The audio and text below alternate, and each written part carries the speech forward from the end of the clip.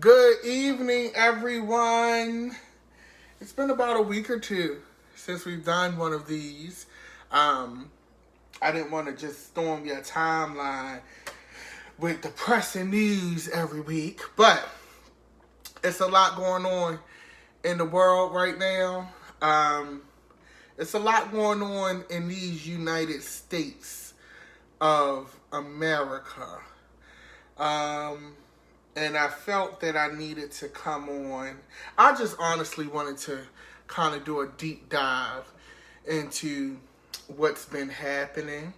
Hello to everyone and welcome to this evening's edition of America the Fucked, okay? As always, I want to say hello to everyone. Hi, Kelly.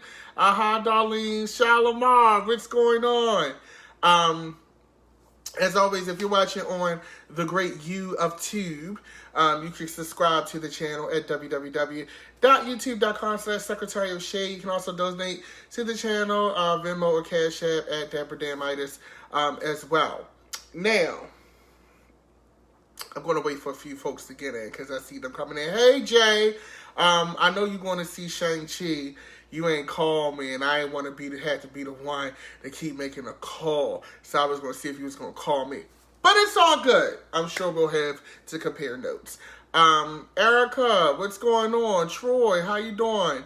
Brittany, Michelle, hey, what's going on? How's everybody doing? So, it has been a very interesting week, to say the least. Now, I just came from New Orleans about 2 weeks ago. I had a conference that I had to do there. So I was in New Orleans. And to fast forward to this week, seeing, the storm Ida has dumped a lot of rain. Now, let me say this. Right now, in Congress, they're literally arguing over an infrastructure bill. This infrastructure bill is to help pay for infrastructure, i.e. reinforcing power lines, making, highways more sufficient and upgrading all of our electrical grids and things like that. There's literally a bill in Congress right now that they're fighting over to pay for that. Fast forward, they're literally getting ready to pay out of the ass, okay? Out of the ass to pay for all of that damage. If you've been under a rock or you don't have television or YouTube is your only source of information, the damage, number one, the damage that happened to Louisiana is devastating in itself. And I want to start here first with Louisiana, right? I'm starting to notice a pattern that the response time to these natural disasters that happen in Louisiana is always terrible. We saw it with Hurricane Katrina with President Bush, and as much as I hate to say it, we're seeing it now with President Biden. Now, that's not me saying that, they're not trying behind the scenes, but one thing the media is going to do is they're definitely going to show you the people that are fucked up in the game waiting for support. Reports that I've gotten from people on Facebook that, live in, New Orleans, Louisiana, the different locations are saying that FEMA's denying people. They're not being able to get any help. It's been a lot of information coming in that's stating that these people aren't really getting the help that they deserve. And then the insurance companies, if you happen to watch today, President Biden made an address to the nation in regards to this whole situation. The insurance companies are basically saying if you weren't a part of a mandatory evacuation, that they're not going to basically help you. Now, here's my thing with insurance companies. I personally think that insurance companies are the biggest racket and scam in history. And here's why. Because think about how many people pay their homeowners insurance. They pay their renters insurance. They pay their car insurance. They pay their health insurance, right? And they never have to use any of it. Like, let's say you never get into a wreck. There are people that have done that. And they never have to use that insurance. They don't get that money back. Okay? There's no fund that says, hey, you've been paying us $300 every month for the last 2 years and you ain't had to use us for shit yet. Let me give you a kickback. They keep that $300. But then what they do is when they have to actually pay out money to help your black ass, after the next, when that natural disaster happens, they underwrite shit in the new contracts and the new premiums, stating that, oh, you have to get this supplemental insurance for it to cover this because we're not covering this in the regular insurance anymore.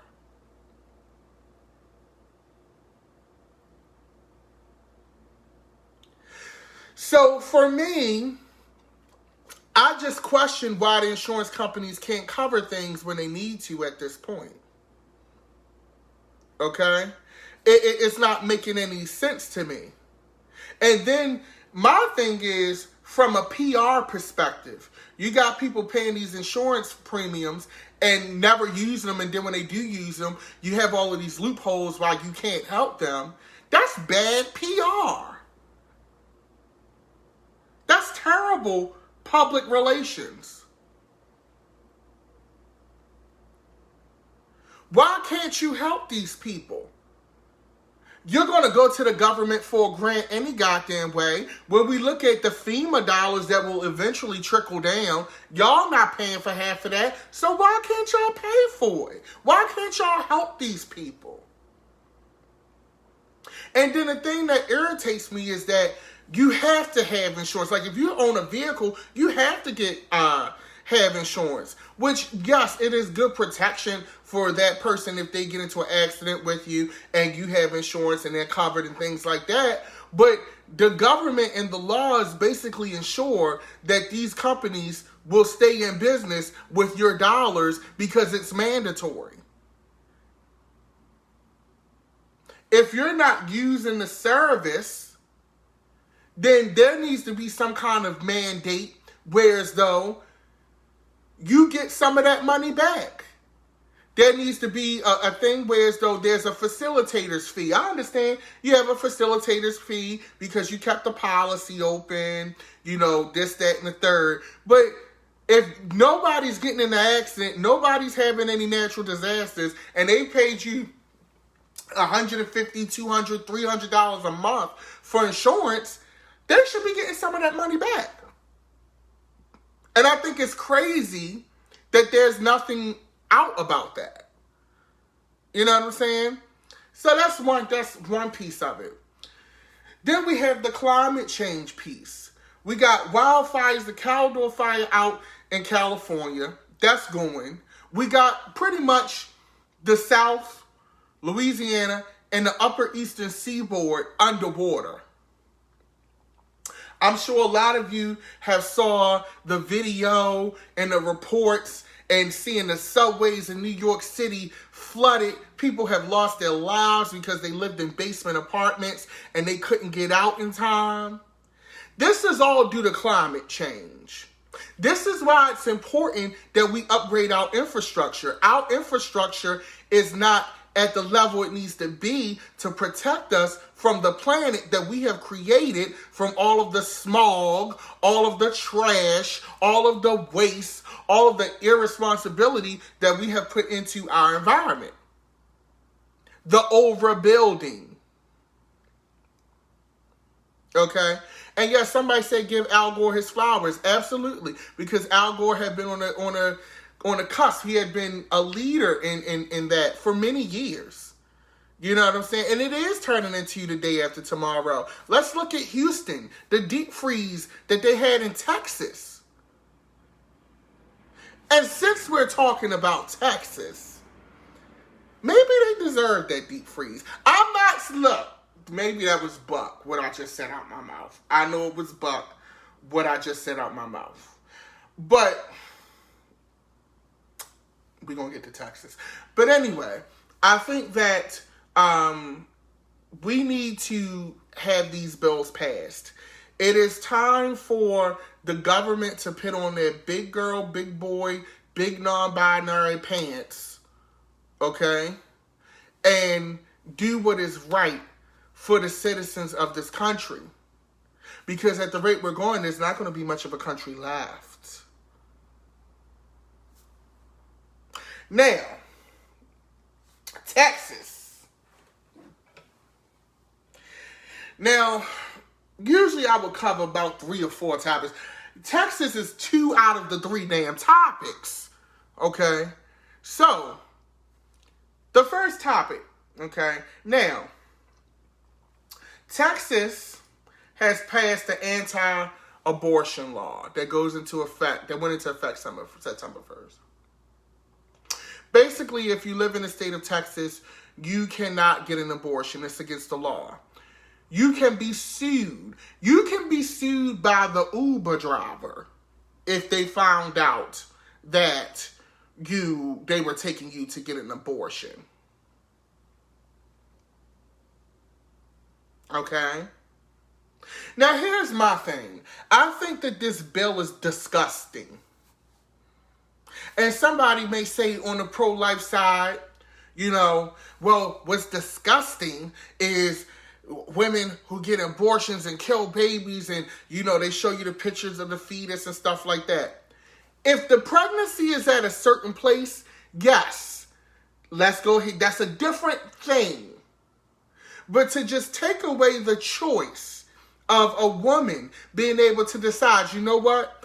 I'm not going to be able to take care of this child. I'm not going to be able to provide for this child. And instead of me in a world where they're complaining about overpopulation, okay, instead of me having, this baby, I'm going to go ahead and I'm going to get an abortion. Now, here's the thing. And I'm not a woman, okay? But I do believe that as a human being, you should be able to do with your body whatever it is that you want to do, okay? But I think that what we don't think about is if a woman is getting an abortion, nobody ever talks about in these legal talks and these right to choose meetings and these pro-life meetings, nobody ever talks about the psychological damage and hurt that is inflicted on the woman who has to make the choice to get that abortion. Nobody ever talks about that. Now, I'm not saying it may be some women out here who get abortions, like they perms, okay? But for the majority of women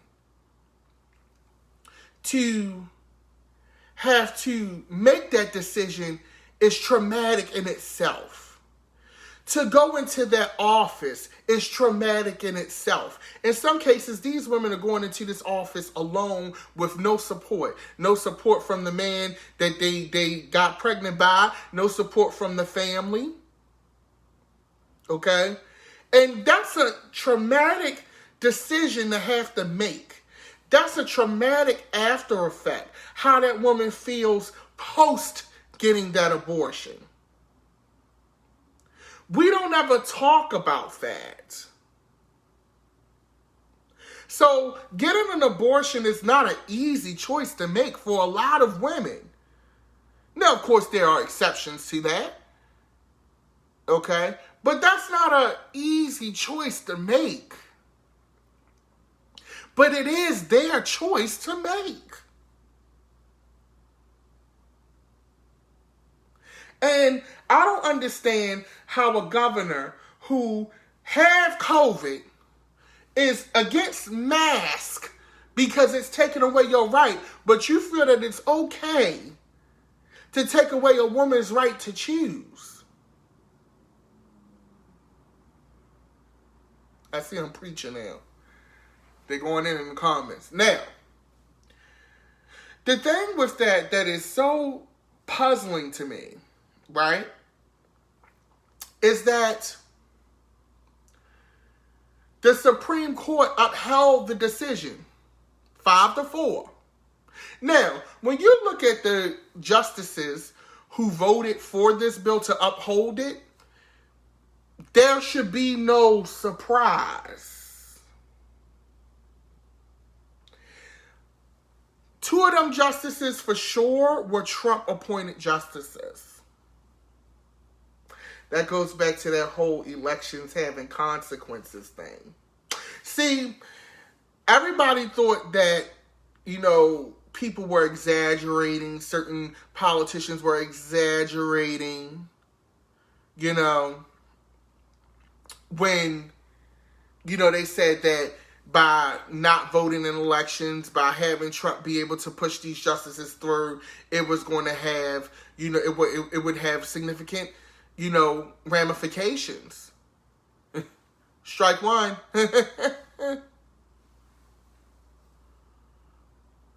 Just think, God rest her soul, if Ruth Bader Ginsburg was still alive. We wouldn't have Amy Coney Barrett. And this would not go through. But the scales of justice should not hang in a balance of a lady who served her country her entire life, hanging on from being able to transition peacefully. It shouldn't even have gotten that close.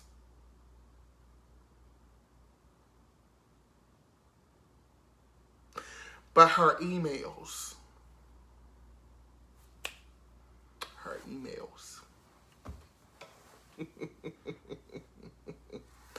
So, when you look at how the deck is stacked, and Supreme Court is a lifetime appointment.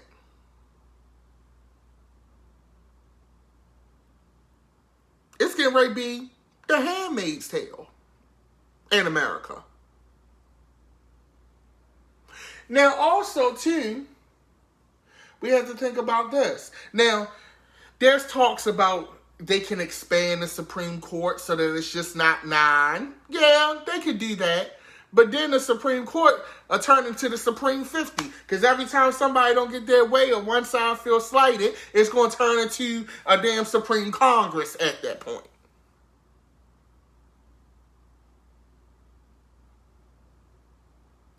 So that's where we're at. And I think that it's disgusting. I think this further proves that I'm going to be very honest with you. As a person who have done these meetings for now going on 3 years, we get right into our 4th year next year, I have lost a lot of faith in our government. I still participate in the process because I want my hand on the wheel if the ship going down. But I am losing my patience and my faith in the United States government. And I honestly feel like, guys, that we're watching the government unravel. Like, even with Trump gone, it's still unraveling. Like, let's be clear here. And if you think back to our previous meetings, I always said Joe Biden was a stop the bleeding president. He was a means to an end president. And no shade, he's kind of living up to that expectation. And that's no shade to Joe Biden. I'm sure he's a nice person. He comes off, as endearing. But I will say this. He looks tired already. He looks tired already. He looks achy. He looks, worn. No matter how many collagen treatments he gets, so Botox injections, he looks tired. But what do we do? Because at the end of the day, we know that most of America is too prejudiced. They're not going to vote for a person of color again as the president. Not with the country this divided. They're not going to vote for a woman. They proved that to you. Even though, once again, and I will live and die on this opinion. Elizabeth Warren was the most qualified candidate in the fucking running and in the debates. But y'all was not going to vote. America was not going to vote for a former school teacher with a mouth like iron. They wasn't going to vote for her.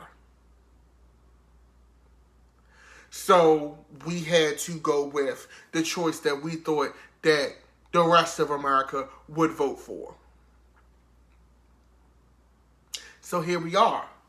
Now back to Miss Texas. So also too, so Texas passed like 600 some laws, 666 laws, crazy amount of laws, so, like ridiculous laws, right?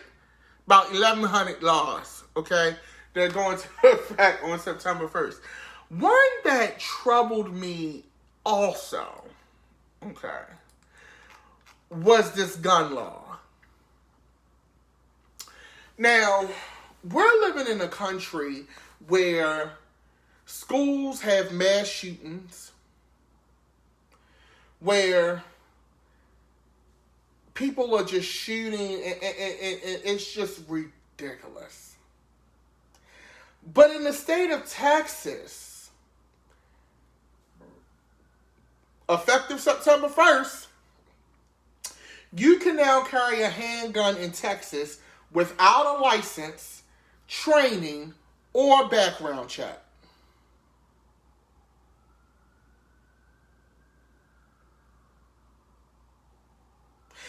So we don't know if Psycho Sid that lived down the street who been beating his wife ass for the past 6 months and threatened to kill her if she leave him, okay, can have a gun or not. Because by law, he has no checks and balances. And you can just carry the shit out in the open.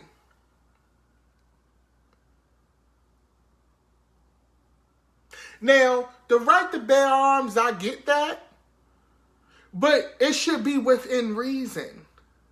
I live in the state of Maryland, right? I am a proud gun owner. I own several guns, okay? But to own those guns, I had to get background checks.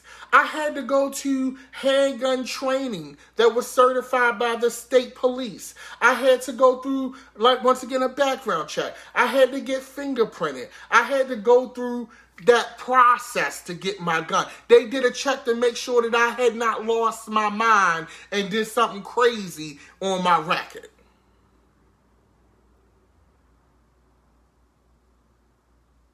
But in the state of Texas,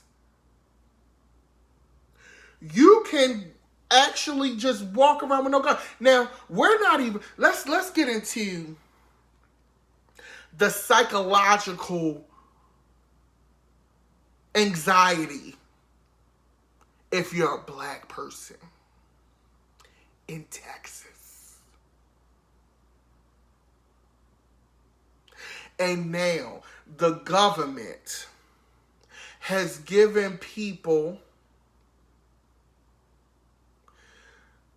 free reign and agency to essentially walk around with guns and shoot on sight.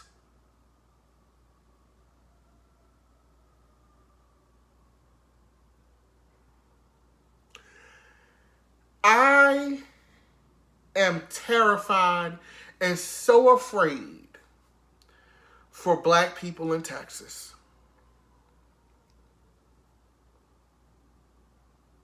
I am.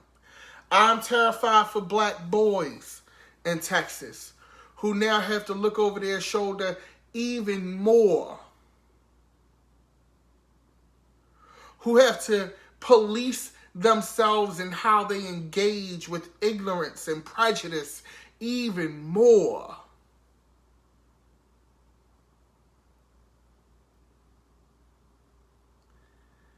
I'm already seeing incidents of the gun accidentally went off.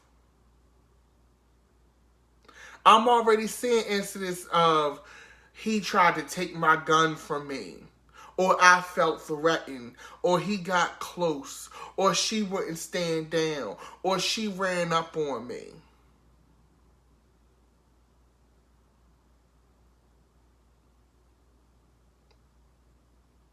I am terrified. And some people say, well, how could you live in Texas and be a black person? Some people, you know how it is, guys. Everybody don't have it like that to just up and move. For some people, Texas is all they know.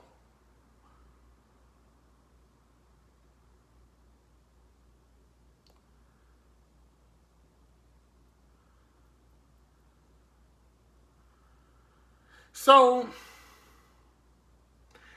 it is very sad. It's a sad state of affairs that we're in this country, where we refuse to spend money to protect our citizens from natural disasters, and we keep denying climate change. We have people in office who deny science. You don't want people wearing masks, but sorry, you're in a wheelchair and you had COVID. I feel like America is in a terrible way. I feel like America is not the castle on the hill anymore. It's just not. You know, and some people say, well, I would never want to live anywhere else. And I was talking to a homegirl of mine, and she said, you know, as bad as it is, I wouldn't want to live anywhere else. I said, you say that because you've never lived anywhere else. How could you know if you never want to live anywhere else if you never lived there? Now, you say, you know, it's bad, but America is great. But, like, you know, once again, like, you don't know what Greece is like. You don't know what Germany is like. You don't know what South Africa is like. You've never lived in those places. So how can you say that you've never wanted to live there? And furthermore, you being able to say you wouldn't want to live anywhere else speaks to your privilege as an American citizen and how great we've had it to some degree here when it comes to wars and things like that. Try telling that to them people in Afghanistan. Whether they live there their whole life or not. They don't want to live there. Try telling it to people who have had to flee their countries to go live in a foreign land because their country is war-stricken. And if they stay there, that means that they're signing their death certificates.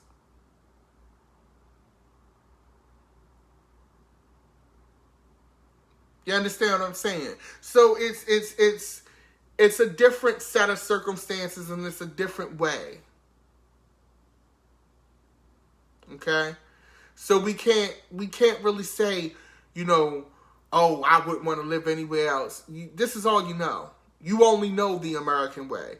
And quite frankly, you lived under, oh, this is where I'm getting ready to sound conspiracy theorist. You've lived under such a regime of propaganda and sales and media pitches that you've been essentially brainwashed to think that anything other than America is substandard. When all you got to do is turn on Netflix and you'll see infrastructure that makes ours look like it's from the Dark Ages in other countries.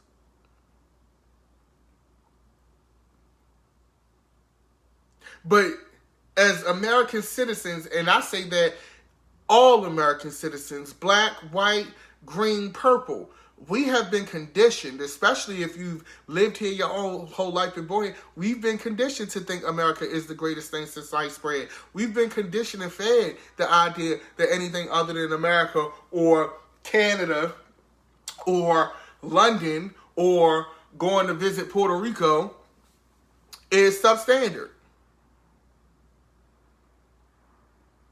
So we have to, as Americans, look at that, because I don't want to speak life to this, but I have to keep it 100 with you. What if there is a time where it's either you stay here and die or you flee to another country? What are you going to do?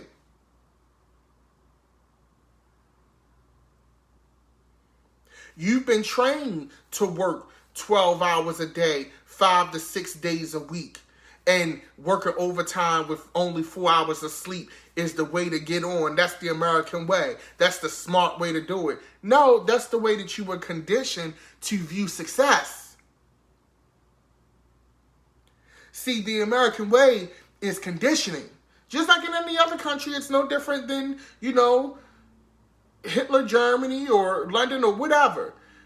Countries condition their citizens to believe. It's a part of pride.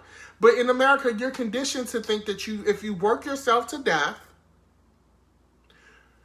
wear yourself out, and stay on top of bills that will be there forever, and scrimp and save, and then we'll dangle a little carrot of success from somebody in your neighborhood or your area every now and then, just to keep that hope alive, because that hope is what keeps the machine running.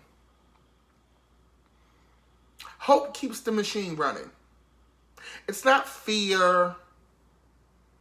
It's not defeat. It's hope. Hope keeps the mouse going on the wheel. As long as they dangle that cheese, that mouse is going to run on that wheel and wear themselves out because they have the hope of getting that cheese.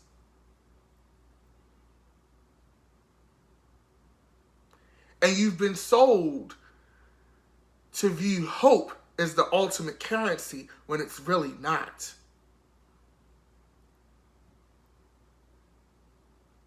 And hope defines how you view success and whether your life is successful or not. Hope is your children selling candy bars at $1 a pop, selling 6 cases of 40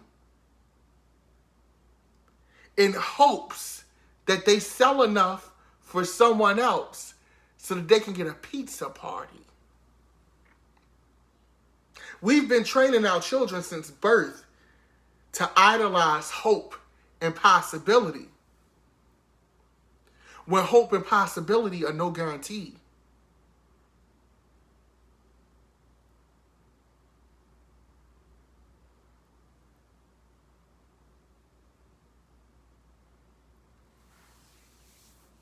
And I'm a victim of that. You're a victim of that. There are kids who were sold the American dream, and not shameless plug here, but my new project, my new album, speaks a lot to that. It's called Life on Sale.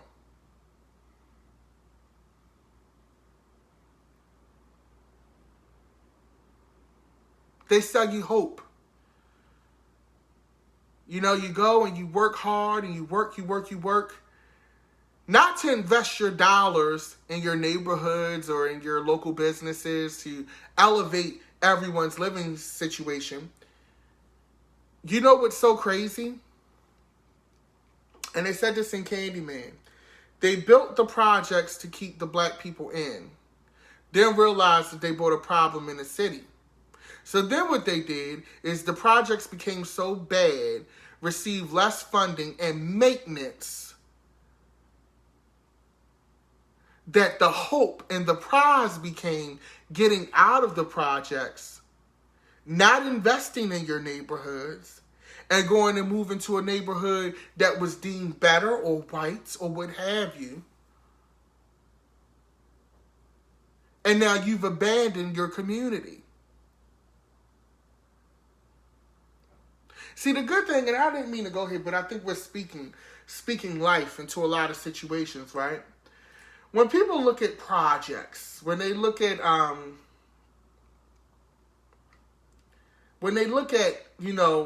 things of that nature, projects were a community. Projects taught you how to survive. Projects did teach people how to band together. What happened was the project stopped being maintained. We'll let the elevator stay broke this week. We're not going to send any maintenance out or housekeeping out to upkeep the facilities. Even though projects are government property, they won't keep them up, but they'll tell you you can't control your heat. Isn't that interesting? So you can smell piss when you're walking down the stairs or going on the elevator, but you can't determine if your babies are cold in the house or not.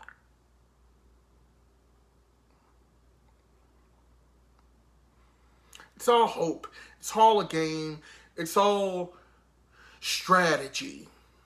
America has been one big game of strategy. It's King's Landing if you watch Game of Thrones.